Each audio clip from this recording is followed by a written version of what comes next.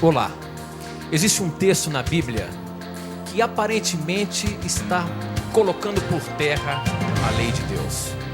Porque aqui em Gálatas 3, versículos, a partir dos versos 17, diz que Deus fez uma promessa a Abraão. Olha só o que o texto diz.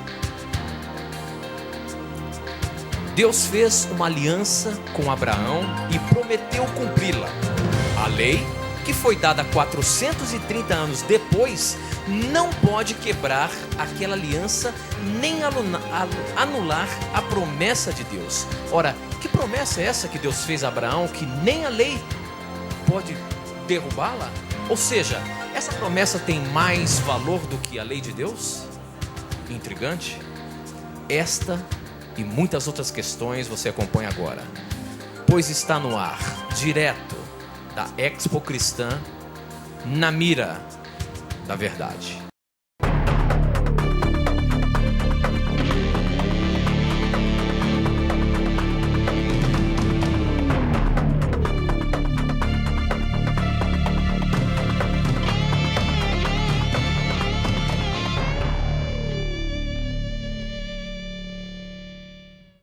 Olá, seja muito bem-vindo. Já estamos começando o nosso programa Na Mira da Verdade. Hoje, diferente, nós estamos aqui ao vivo, direto da feira Expo Cristã, onde muitas empresas religiosas estão aqui reunidas para expor os seus produtos. E nós estamos aqui fazendo parte também do stand da TV Novo Tempo, da Rede Novo Tempo de Comunicação, que faz presença aqui nessa feira, mostrando o seu conteúdo, mostrando os seus materiais. E é um prazer muito grande estarmos aqui juntos. A partir de agora já nos conectamos com o Brasil e o mundo através das ondas do rádio, da internet, da TV Novo Tempo espalhada por todo o nosso país. Seja muito bem-vindo, obrigado pelo carinho da sua audiência. Nós temos pessoas que estão nos assistindo aqui também. E é um prazer muito grande estar aqui. Professor Leandro Quadros. Meu amigo Tito, estamos próximos hoje. Hoje estamos cara a cara, hein, meu amigo? Cara a cara, olho no olho. Vamos ver como é que você vai sair bem pertinho de mim aqui, viu? Mas, professor, olha, eu queria aproveitar também e dizer que a partir da semana que vem nós estaremos com um cenário novo, olha, professor. Isso aí, nenhum telespectador pode perder o nosso cenário. E você sabe que ontem nós estávamos ao vivo lá no programa Conexão e o pessoal já queria mostrar o cenário, né? De todo jeito. Você viu que eu não deixei ali, né? Para deixar uma surpresa pro nosso telespectador aí, que a semana que vem nós estamos com um programa novo, o Na Mira da Verdade, com uma nova roupagem. E eu tenho certeza que você vai gostar e participar mandando as suas perguntas.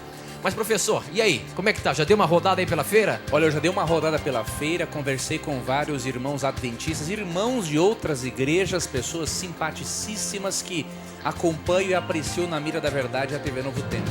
E eu queria mandar rapidamente só 2 abraços, Tito. O primeiro para a irmã Eli, para o Eli, para a Rosana e Amanda, que são de uma igreja evangélica chamada Redenção Plena.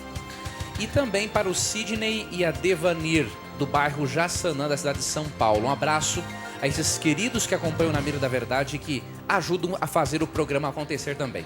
E olha só, eu queria mandar um abraço também todo especial para os nossos ouvintes da Rádio Novo Tempo, que já já você vai poder participar. Nós temos também aqui onde a rádio está sintonizada e transmitindo também daqui da feira, ao vivo. E você vai ver logo mais aí os locutores, tem uma câmera lá que nós colocamos especialmente para que você aí, ouvinte, você possa mandar a sua pergunta e o locutor vai passar para a gente aqui e o professor vai estar na mira, tá bom? Um abraço a você que nos ouve através da Rede de Rádios Novo Tempo. E você que está aí em todo o país assistindo a programação da TV Novo Tempo, você que está pela Sky, zapeando aí, caiu no 14, esta é a TV Novo Tempo e este é o programa Na Mira da Verdade, onde você pode tirar as suas dúvidas, você pode mandar as suas perguntas, que todas elas serão respondidas à luz da Palavra de Deus. Professor, vamos lá, meu amigo. Eu queria antes agradecer também, Tito, ao pessoal que está aqui acompanhando conosco. Muito obrigado, porque vocês todos estão aqui. Inclusive nossas esposinhas, né, estão aqui também hoje. Hoje vieram prestigiar aqui os maridões, né, professor? Satisfação. Mas eu queria dizer o seguinte, de hoje, terça-feira que está começando a feira, até quinta-feira, vai ser a feira fechada para os lojistas e tudo mais. Então a gente não tem muita gente aqui hoje, exato, porque ela não está aberta ao público. Mas no final de semana aí você vai poder conhecer a feira Expo Cristã, conhecer principalmente aqui o stand da Rede Novo Tempo, conhecer a gravadora Novo Tempo, conhecer a TV Novo Tempo, as pessoas que fazem acontecer este programa e todos os outros programas. E você vai poder participar também aqui no stand da Novo Tempo. Então não deixe de prestigiar no final de semana aqui o stand da Rede Novo Tempo de Comunicação. Professor, Vamos lá, meu amigo. essa pergunta que eu abri o programa aqui foi muito interessante porque eu lancei no Facebook, antes de nós começarmos o programa, que nós já estávamos nos preparando aqui para fazer o programa direto da feira, né? E aí eu pedi para que as pessoas pudessem mandar as suas perguntas e tudo mais. E uma pergunta interessante chegou aqui. O nome dele é Marcelo, ele é de Santa Rita, Sapucaí. Inclusive o Marcelo, ele participou daquele programa Bíblia Fácil. Ótimo, lembro Onde dele. algumas semanas atrás nós estivemos lá fazendo um programa ao vivo também, não é? Você visa. Então, e ele conversou com a gente, olha que interessante que ele escreveu aqui pra gente. Meu querido Tito, professor Leandro Quadros, sou Marcelo de Santa Rita, Sapucaí, que participou do Bíblia Fácil, nos conhecemos no Cevisa e aceitei a Jesus. Estou seguindo o Adventismo graças aos lindos testemunhos que ouvi de vocês, que com certeza me influenciaram nesta decisão. Que coisa boa. E ele diz o seguinte: tenho estudado a Bíblia e hoje me deparei com uma dúvida. Em Gálatas 3, a partir do verso 15, diz que a lei não pode invalidar a promessa. A lei representa os 10 mandamentos, certo? Certo. E que promessa é essa que não pode ser invalidada nem mesmo pela lei de Deus? Olha só que interessante, professor. Eu li esse texto aí de Gálatas e ali dá a entender de que a promessa feita a Abraão, nem a lei pode quebrar. Que promessa era essa, professor? Isso aqui é uma coisa interessante, Tito. Paulo está aqui em Gálatas sendo contra um sistema religioso que fazia da lei um meio de salvação. Então havia um grupo de crentes na Galácia que acreditava que a lei, os escritos de Moisés, incluindo os 10 mandamentos, eram o meio de salvação. O que Paulo fez? Ele cita em Gálatas capítulo 3 o exemplo de Abraão. Ele faz uma menção a Gênesis 12:3, onde Deus promete dar a Abraão um descendente, e um descendente por meio de quem todas as pessoas do mundo seriam abençoadas por ele. E que descendente era esse? Cristo. E aí o que acontece? Paulo mostra que a lei tem uma função condenatória. E que se o cristão quer se salvar por meio de obras, então ele está condenado. E o sacrifício de Cristo é vão. Então, quando ele afirma que a lei não invalida a promessa de Deus, ele está dizendo, Tito, o seguinte: que a lei de Deus não pode tomar o lugar da graça de Deus em salvar o pecador. Essa foi a promessa que ele deu a Abraão? Ele prometeu a Abraão em Gênesis 12:3 abençoar a todas as nações da terra por meio do descendente de Abraão. E esse descendente é o Cristo. Ok. Então a salvação é um presente, é dado de graça. A lei não pode aparecer como um substituto da graça e invalidar a promessa. Então o que Paulo quer mostrar aqui não é que ele é contra a lei de Deus, porque em Romanos 7:12 Paulo diz que a lei é santa. E ele mesmo diz que tinha prazer na lei de Deus. Mas Paulo quer demonstrar o seguinte, que a lei tem o seu papel, mas que a lei não pode invalidar a promessa da graça de Deus. A graça de Deus está acima, porque é essa graça que nos perdoa e é essa graça que nos capacita a sermos obedientes. Ok. Nós não podemos inverter as coisas, não é, Tito? Nós primeiro vamos obedecer a Deus para recebermos a graça. Não, eu recebo a graça. E o poder do Espírito Santo, de acordo com Hebreus 8:10, escreve essa lei no meu coração. Ok, professor. Muito bem. Para você participar do nosso programa, você pode mandar as suas perguntas, as suas dúvidas bíblicas, teológicas, para o nosso SMS. O número é 12 9156 6972. 12 9156 6972. Está aparecendo aí no seu televisor. Manda pra gente e eu recebo aqui na hora. Ou então, acesse o nosso blog, novotempo.com/na mira da verdade. Suas dúvidas, as suas perguntas chegam aqui e a mira está aqui, ó. Professor Leandro Quadros. Olha só o que chegou pelo torpedinho aqui, professor. Vamos ver, meu irmão. Quem mandou essa pergunta aqui foi a Inês, ela é de Itupeva, São Paulo. Ela diz o seguinte: Tito e professor, dúvida. Cristo diz em Lucas 16:16 que a lei e os profetas duraram até João. Como que pode ter existido aí, então, a profetisa Ellen White? Olha aí que ela está perguntando, professor. Realmente a lei e os profetas foram até João? Como é que fica então essa questão de que nós falamos aqui o tempo todo da senhora Ellen White como profetisa? Como é que fica isso, professor? Pois olha que interessante, amiga Inês.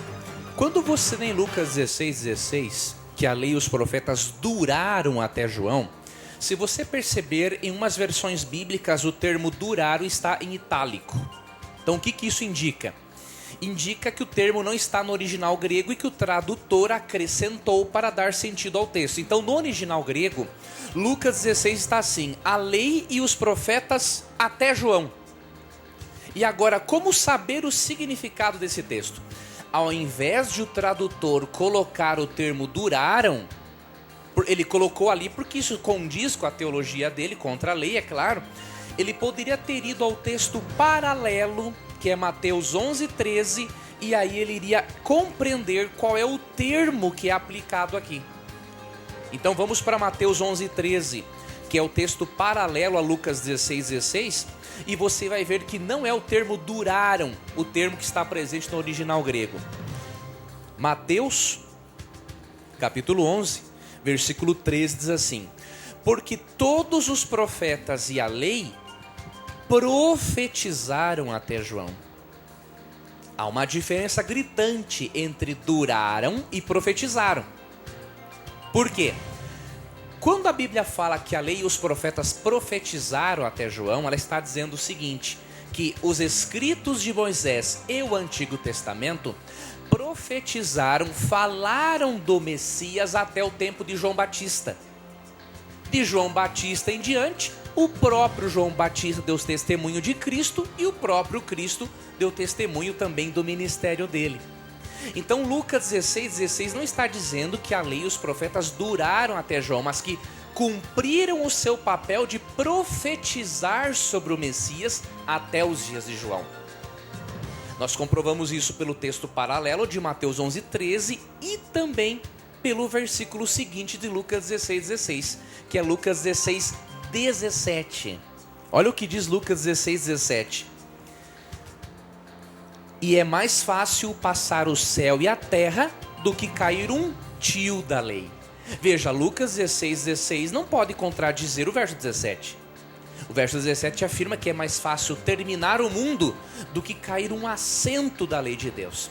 E, portanto, tenhamos cuidado com o termo duraram que está em itálico. Ele não faz parte do original. Para entendermos o que o texto diz, recorramos a Mateus 11:13. E que a lei e os profetas não acabaram com João Batista, podemos ler, por exemplo, Atos 21:9. Depois de João Batista, Filipe teve 4 filhas que foram profetisas. Em 1 Coríntios 14:1, Paulo deseja que a igreja tenha o dom profético, isso muito após João Batista. E aí você vai para Mateus 5:17, Cristo diz que a lei é eterna. E você vai também para Romanos capítulo 7, verso 12, Paulo também fala da importância da lei. Então, jamais em João Batista iria acabar a lei, a palavra de Deus. O sentido do texto é outro quando lemos Mateus 11:13.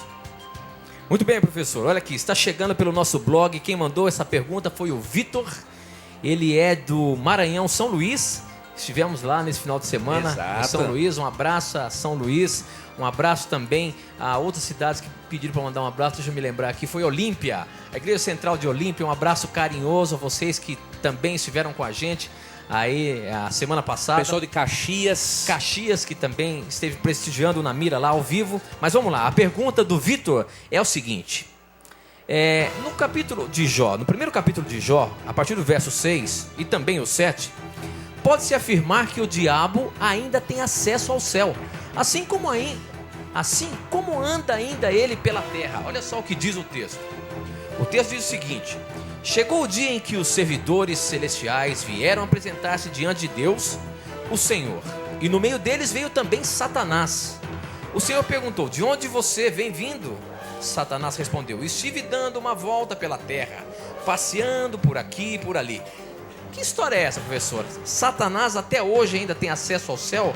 Ele anda aqui pela terra e também tem acesso ao céu, é isso mesmo? esse texto nos afirma que isso acontece hoje ainda? 2 textos, amigo Tito, serão suficientes para nos provar que aquele encontro de Satanás com Deus não foi no céu. O primeiro texto se encontra no Salmo capítulo 5, verso 4, que diz assim: porque tu não és um Deus que tenha prazer na iniquidade, nem contigo habitará o mal.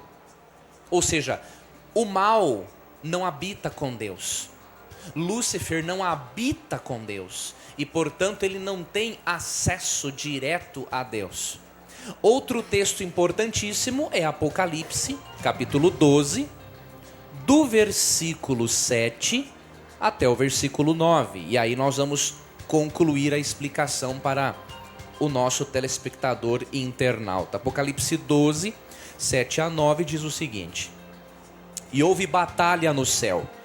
Miguel e os seus anjos batalhavam contra o dragão, e batalhavam o dragão e seus anjos, mas não prevaleceram, nem mais o seu lugar se achou nos céus.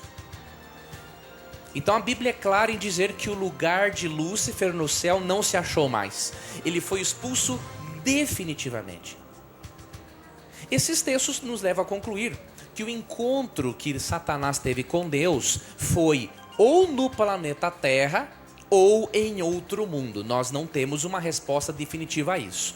Mas que não foi no paraíso, Tito, no céu não foi, porque esses 2 textos, Salmo 5, verso 4 e Apocalipse 12, 7 a 9, são muito claros a respeito disso.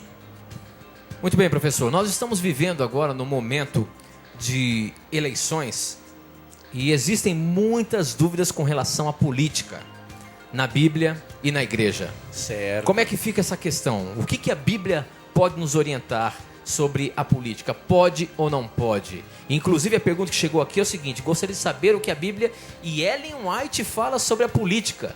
Há membros que são candidatos. Existe isso daí, professor? Ellen White fala alguma coisa sobre política?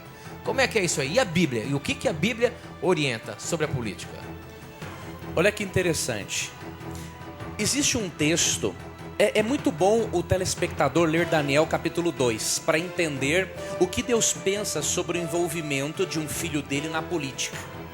Então, quando lemos Daniel 2, especialmente o verso 49, o verso 48, diz assim: então o rei engrandeceu a Daniel e lhe deu muitos e grandes presentes e o pôs por governador de toda a província de Babilônia, como também por principal governador de todos os sábios de Babilônia.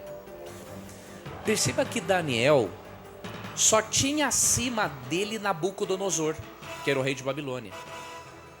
Se Daniel pôde ser uma luz de Deus naquele império pagão, não há nada de proibido na Bíblia de um cristão ser uma luz de Deus na política.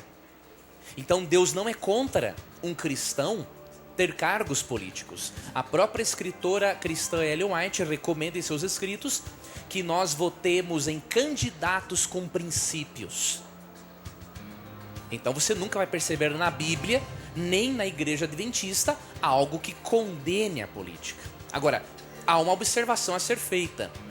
Se você é uma pessoa que tem uma íntima comunhão com Deus, está forte contra as tentações que advêm por se envolver com política, vá em frente. Você pode ser um Daniel em meio à nossa sociedade atual. Agora, se o seu problema é dinheiro e a sua fraqueza, não se envolva com política, porque o meio pode corromper você. Agora, biblicamente, a Bíblia não proíbe. Você tem que fazer uma análise com Deus, conhecer a você mesmo para tomar uma decisão a respeito desse assunto. Ok, professor. A próxima pergunta que chega aqui pra gente pelo torpedinho SMS é o seguinte: no livro de Gênesis aparecem personagens que morreram com quase 1000 anos. Está certo isso? Ou esta contagem de tempo era diferente no passado? Como é que é isso, professor? Realmente as pessoas, porque hoje a gente analisando isso é um absurdo, né? Hoje a gente vive no máximo aí 70, 80 anos, quando lá 100 anos. Agora, 1000 mil anos? Isso parece a história da carochinha, não é não? Como é que é isso? Aqui é o seguinte, realmente o tempo de vida dos antediluvianos era um tempo de vida longo. Por quê? Nós lemos aqui em Gênesis, no capítulo 2, e percebemos uma coisa interessante, que no princípio, quando Deus criou o ser humano, Ele deu uma árvore para o ser humano, chamada árvore do conhecimento do bem e do mal. Através dessa árvore, o ser humano perpetuava a sua vida eterna.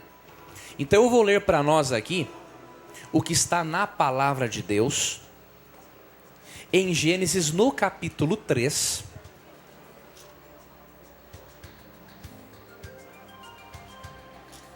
Gênesis capítulo 3, versículo 22 em diante. Então disse o Senhor Deus: eis que o homem é como um de nós, sabendo o bem e o mal. Ora, pois, para que não estenda a sua mão, e tome também da árvore da vida, e come e vive eternamente, o Senhor, pois, o lançou fora do jardim do Éden, para lavrar a terra de que fora tomado. E havendo lançado fora o homem, pôs querubins ao oriente do jardim do Éden, e uma espada inflamada que andava ao redor, para guardar o caminho da árvore da vida. Então, o fato de Deus tirar o acesso da árvore da vida que o ser humano tinha, para que vivesse menos depois do pecado, prova que realmente o tempo de vida deles era maior. Enquanto que na escala evolucionista, o ser humano parte do menos complexo para o mais complexo, na escala divina, na explicação criacionista bíblica, o ser humano diminuiu de um ser complexo para um ser mais inferior. Então, realmente essas pessoas tiveram longevidade, até mesmo porque certos acontecimentos históricos só têm coerência, Tito, se eles são enquadrados dentro de um tempo de vida maior desses personagens. E é interessante que Deus disse, um pouquinho antes do dilúvio, que o homem então passaria a viver 120 anos, não é isso? Sim, diminuiu, ou seja, a expectativa de vida. Antes, realmente, os antediluvianos viviam eram muito longevos. Mais de 400, 500 anos. Agora, quantas gerações houveram até o dilúvio aí? Se a gente for considerar isso daí, se eles viviam tanto tempo, quantas gerações? Dá pra gente saber isso na Bíblia? Não tem como, amigo Tito, porque há vários intervalos entre as genealogias da Bíblia. Então, mas isso daí não pode cair por terra de que o mundo tem hoje mais ou menos 6.000 anos?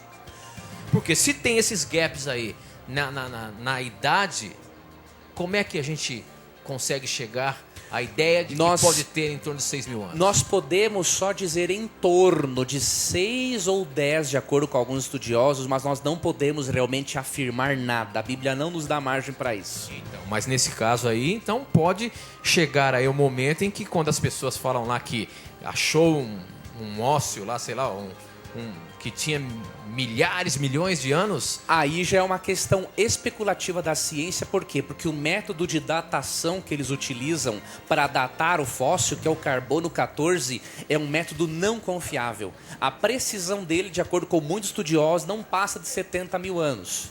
Então nós temos que ter cuidado. Eu tive o privilégio de fazer uma pós-graduação em jornalismo científico, que é uma área do jornalismo que você divulga ciência e tecnologia. E nós aprendemos claramente na pós-graduação que nem tudo que a ciência diz é científico. Há muitas vezes especulação filosófica e não provas científicas concretas. Ok, muito bem, professor. Nós temos ainda muitas perguntas. O nosso tempo está correndo aqui. Temos apenas 2 minutinhos. Vê se você consegue responder essa questão que chegou pelo SMS, mas estão ligando aqui que nem doido no telefone. E aí some a minha pergunta. Mas tá Querem aqui falar com você. Quem mandou a pergunta é a Cristiane. Ela é de Passo Fundo e ela diz o seguinte. Terra boa. É, da sua terra, né? Só um minutinho aqui. Ela diz o seguinte: o que a Bíblia fala sobre as imagens? Elas são ou não são de Deus? Como que a gente pode, na Bíblia, explicar essa questão das imagens? Eu sei que na lei de Deus diz que não devemos adorar imagens, mas hoje, na nossa cultura, muitos adoram imagens. Afinal de contas, as imagens que são adoradas são de Deus ou não? As imagens são e não são de Deus, Tito. Não são de Deus quando elas se enquadram nas qualidades de Êxodo 24 e 5. São imagens utilizadas para adoração ou veneração. Agora, a obra de arte, ela pode ser de Deus quando usada da forma correta. E nós temos um exemplo bíblico disso. Em Êxodo capítulo 35, o próprio Deus, verso 35, o próprio Deus deu habilidades a homens para serem artistas. Porque é diferente de você adorar uma imagem. É muito diferente. Porque as pessoas têm muita dúvida disso. Por exemplo, talvez uma igreja evangélica não adore uma imagem, mas sempre tem exemplos de imagens de Jesus estampado em telões e tudo mais, ilustrações e tudo mais. Deus não é contra a arte, é contra a adoração ou veneração da arte. Aí Êxodo 30, 35 diz assim: encheu-os de sabedoria do coração para fazer toda a obra de mestre, e a mais engenhosa, e a do bordador em pano azul, e em púrpura, e em carmesim, e em lino fino, e em tecelão, fazendo toda a obra e inventando invenções. Então, se a arte em si é uma idolatria, o próprio Deus incentivou esses homens a serem idólatras, e não é esse o caso. Ok, professor. Nosso tempo não para aqui, nós temos que ir para o intervalo. Mas aproveite aí, mande as suas perguntas. Para você mandar a sua pergunta pelo Torpedo, nosso número é 12 9156 67 9156 6972. 6972. Olha aí, tantas vezes que eu falo isso aqui, eu estou até esquecendo. 6972. Ou então acesse o nosso blog novotempo.com/Na Mira da Verdade, tá bom? A gente vai para o intervalo, não sai daí não, a gente volta já já.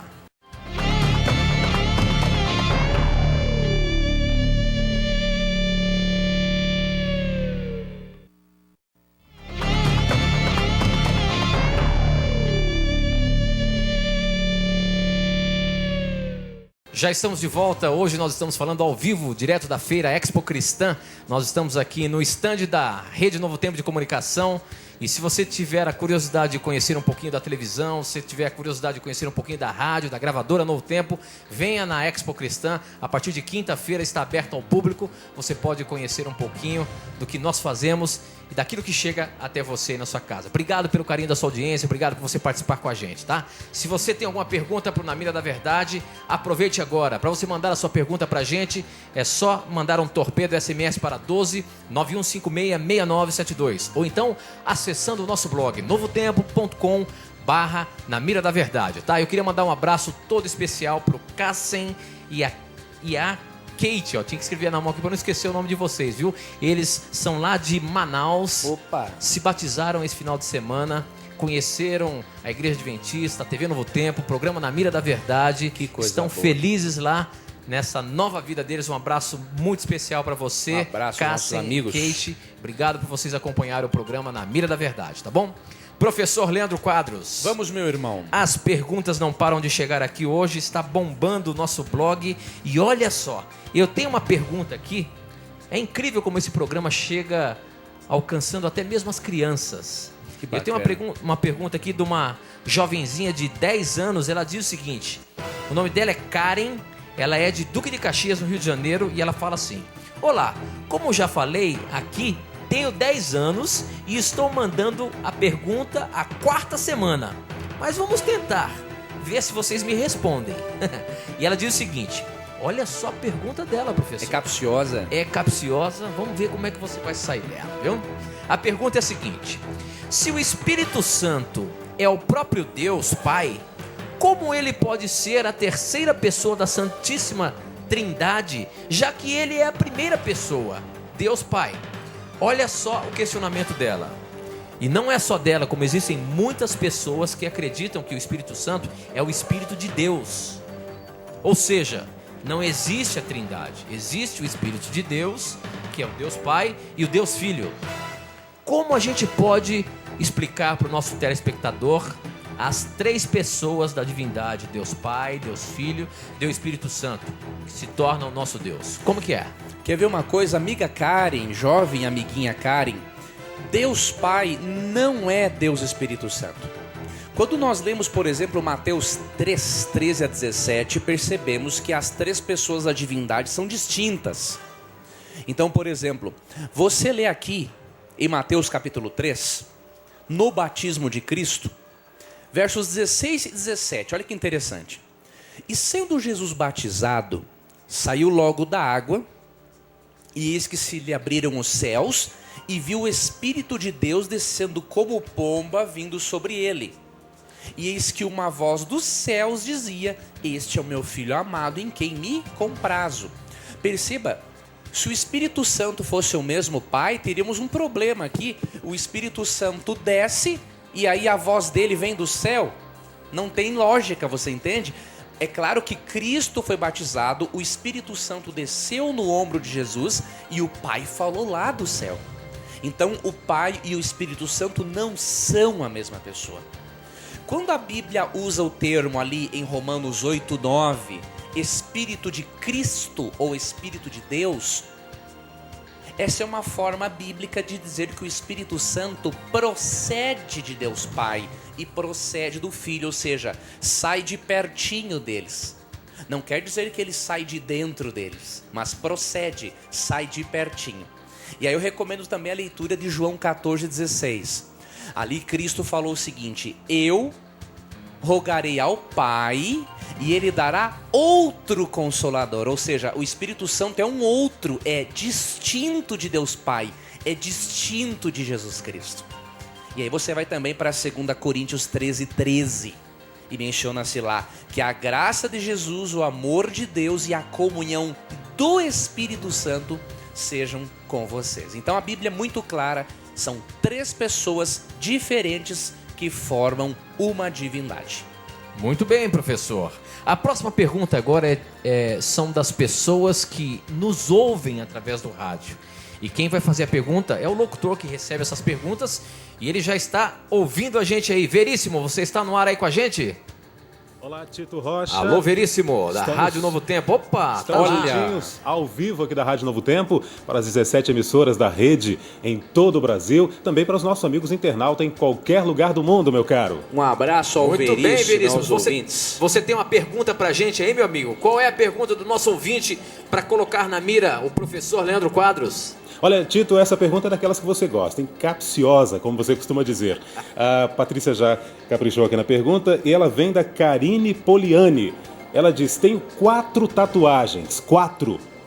Fiz durante o tempo em que estive afastada da igreja. Hoje, diz ela, estou retornando, mas não me incomodo. Posso ser julgada por isso? É a pergunta da nossa ouvinte. Põe na mira aí, Tito. Muito bem, professor. Muito bem, Veríssimo. E olha só, professor, essa questão de tatuagem é uma coisa que está em evidência agora. A gente pode até dizer que é uma geração da tatuagem, sabe? Os jovens, a maioria aí, tem se tatuado. Inclusive aqui na feira, na Expo Cristã, eu vi um folhetinho, alguém mostrando na Bíblia Sagrada o uso da tatuagem. E dizendo assim, 10 situações ou 10 maneiras que você pode se tatuar de acordo com a palavra de Deus. O que é isso, professor? Tenho curiosidade de ver esse folheto. Rapaz, eu queria ver esse folheto. Certeza, olha aqui. Você tá com o folheto na mão? Então me dá ele aqui. Com todo respeito, com toda certeza, esse folheto está mais por fora que arco de barril. Olha aqui, ó. O que é entende? verdade? Tatuagens. Tudo o que você sempre quis saber sobre tatuagens e seus significados. O que diz a Bíblia sobre piercing, tatuagem? Eu não sei. Esse é um autor que está abordando a forma correta a princípio. Ele está dizendo então, qual é o significado dos desenhos. Como ele foi uma pessoa que usou, não é? Então, ele não está por fora como arco de barril, não. Ele não está defendendo. É coerente, então. Quero ver isso aqui, viu? Porque me chamou a atenção. Vamos dar mais uma olhada. Eu estava com um dos nossos amigos aqui, ele me mostrou isso daqui. Isso é interessante. Tem a ver com isso aí. Olha, em Levítico 19:28, nós encontramos o princípio de que Deus não quer que o cristão faça tatuagens. Então, na segunda parte do verso diz assim: nem fareis marca alguma sobre vós. Na nova tradução, na nova versão internacional, o termo é bem claro aqui: tatuagens. Não façam tatuagens sobre vocês. Por quê? A Bíblia diz em Gênesis 1, 26 e 27 que o ser humano é a imagem e semelhança de Deus. E que se nós colocarmos algo a mais do nosso corpo que Deus não colocou, nós estamos, diríamos assim, desvirtuando algo da imagem de Deus. Agora, essa irmã que fez tatuagens no passado e hoje se converteu a Cristo, não tem com o que se preocupar por isso, por quê? Olha o que diz Querida irmã, 2 Coríntios 5,17. Claro que para Deus o ideal era você não ter feito, não é? Agora, porque um cristão ele tem que se diferenciar das pessoas do mundo, não é? O cristão tem que demonstrar que ele é diferente, que ele é a luz, o sal da terra, de acordo com Mateus 5, 13 e 14. Agora, minha irmã, quando aceitamos a Cristo, não importa se no passado tenhamos feito tatuagens, se no passado tenhamos nos prostituído, se no passado tenhamos sido alcoólatras, se no passado tenhamos sido drogados, não importa, se você aceitou a Cristo, olha o que diz 2 Coríntios 5,17. Assim que se alguém está em Cristo, nova criatura é. As coisas velhas já passaram, e eis que tudo se fez novo. Você é uma pessoa nova em Cristo, você é regenerada, você é perdoada por Jesus, você é transformada. Agora siga a sua vida cristã normal e não faça mais tatuagens agora que você conhece a verdade. Muito bem, professor. Então essa daí é uma mensagem para os nossos telespectadores, porque hoje é a geração da tatuagem. E é moda você fazer uma tatuagem e os jovens querem fazer uma tatuagem. O conselho bíblico é não fazer. Muitas vezes, amigo Tito, a pessoa tem uma baixa autoestima e ela procura, não é, se sentir melhor, mais bonita com a tatuagem, mas a tatuagem não resolve o problema, ela dá uma maquiada. Então o bom é você resolver o problema, né? Colocar mais valores para dentro de si, aprender a se gostar mais, a ver-se como um filho amado de Deus. E aí a tatuagem vai perder a sua relevância, né? Com certeza, professor. Muito bem. Olha só, como eu disse, o programa ele atinge todas as faixas etárias. E é interessante, hoje nós temos aqui um garotinho que veio assistir o programa Na Mira da Verdade com a sua mamãe. Queria chamar ele aqui. Vem cá. Mas que satisfação, olha só, meu professor. jovem. Como que é seu nome? Luiz Augusto. E que idade tem o Luiz Augusto? Quantos anos você tem? 10. 10 anos também. Olha aí, professor. E você tem uma pergunta? Você acompanha sempre o Na Mira da Verdade? Sim. E qual é a sua pergunta? Você vai fazer na lata aqui, colocar o professor na mira, tá bom? Eu queria perguntar assim: se Adão e Eva tiveram 2 filhos homens, como é que conseguiu ter várias pessoas agora? Assim. Ah, ele quer saber o seguinte, de acordo com a Muito Bíblia... bom, Gugu, obrigado tua pela sua pergunta, Muito viu? obrigado, viu? De acordo com a Bíblia, apresenta ali Adão e Eva, logo depois do pecado, tiveram seus filhos, tiveram 2 filhos. Inclusive, um matou o outro. E depois esse que sobreviveu, fugiu. Como é que fica essa questão? Como é que a terra começou a ser povoada? Com esse filho?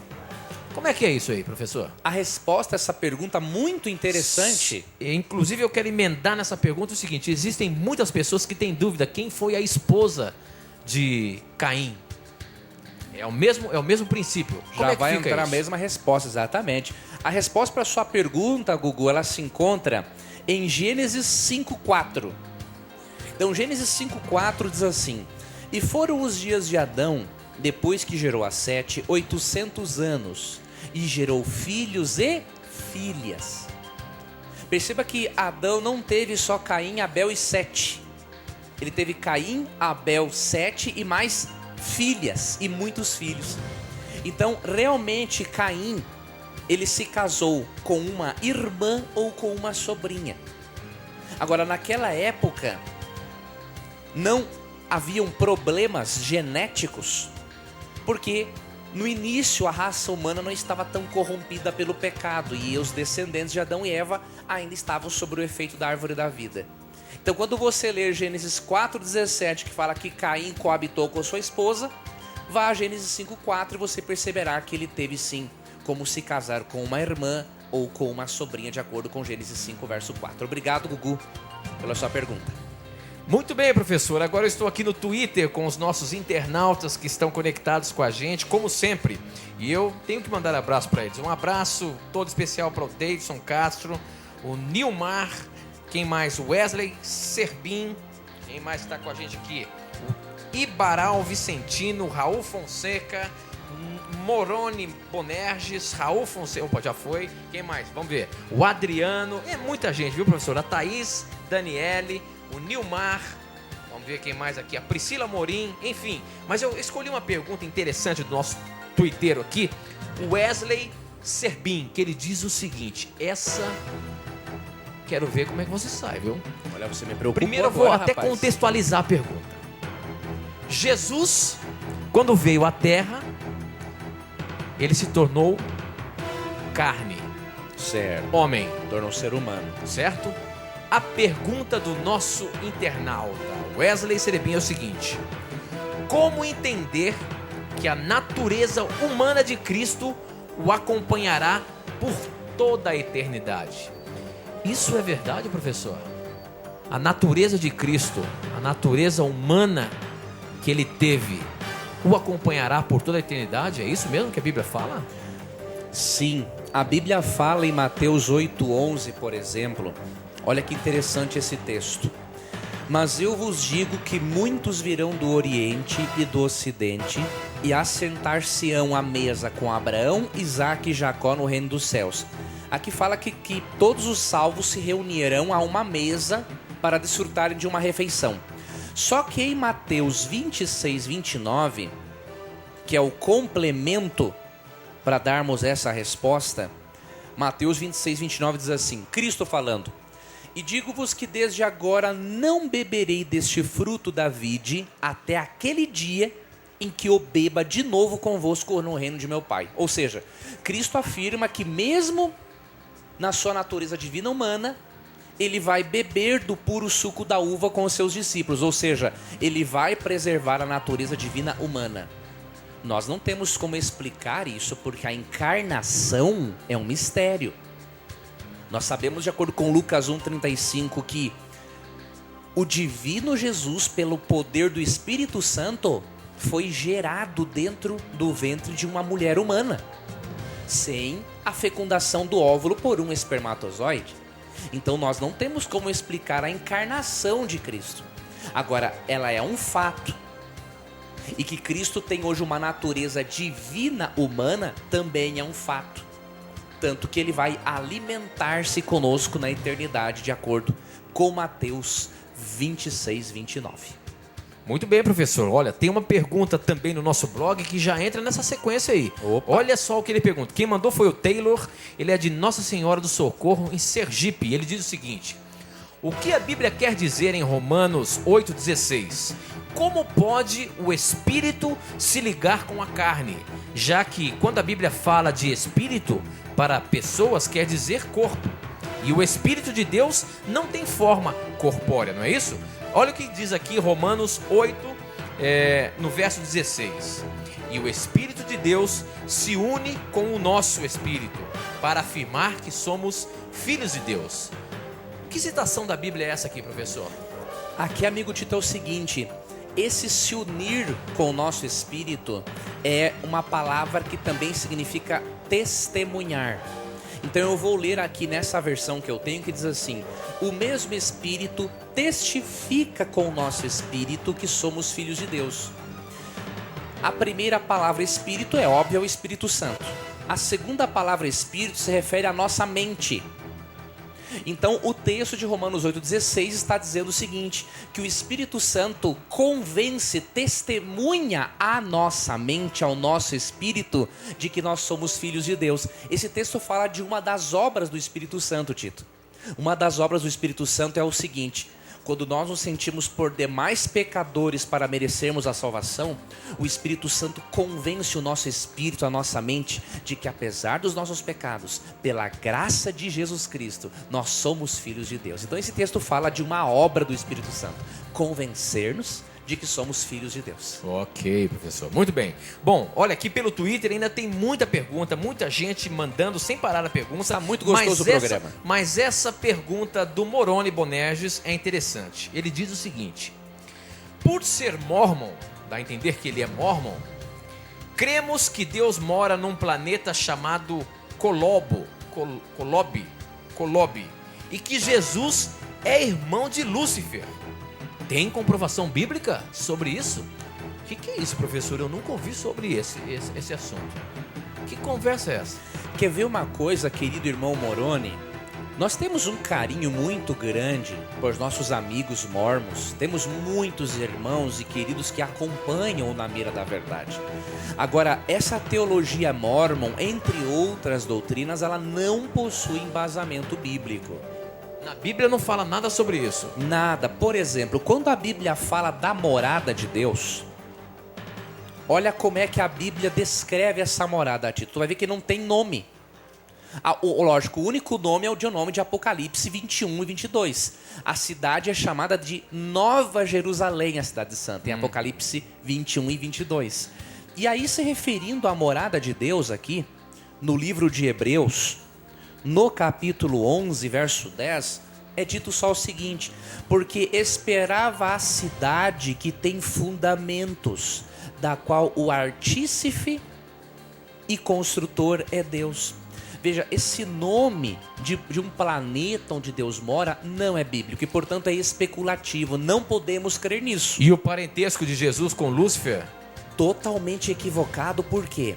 Se Cristo for um irmão de Lúcifer, nós estamos rebaixando a Cristo ao nível de uma criatura. Quer dizer que Lúcifer era uma criatura? Lúcifer Jesus era uma não. criatura. Jesus não, aqui é que está diferente. Olha a diferença, por exemplo, entre Lúcifer e Cristo. Falando dos anjos, Hebreus 1,14 fala o seguinte. Hebreus 1,14, falando de anjos, o texto diz sobre os anjos o seguinte: não são porventura todos eles espíritos ministradores? A Bíblia diz que anjos são espíritos ministradores. E mais um detalhe, olha que interessante. No versículo 7, diz assim: e quanto aos anjos diz, o que de seus anjos faz ventos e dos seus ministros labaredas de fogo. Mas do Filho diz: ó Deus, o teu trono subsiste pelos séculos dos séculos. Ou seja, enquanto que os anjos são feitos por Deus, Jesus em Hebreus 8 é chamado de Deus. Cristo é o criador dos anjos. Tanto que em Colossenses 1, 15 e 16 diz que tudo, até mesmo os anjos, permanecem vivos porque Cristo dá energia para eles ficarem vivos. Porque Cristo é o criador deles, Tito. Olha só, professor. E aí interessante, amigo Tito, que em Colossenses 2,15 e em Romanos 8, 37 a 39 diz que os anjos são submissos a Jesus. E Hebreus 1, 1 a 3 fala que ele é Deus.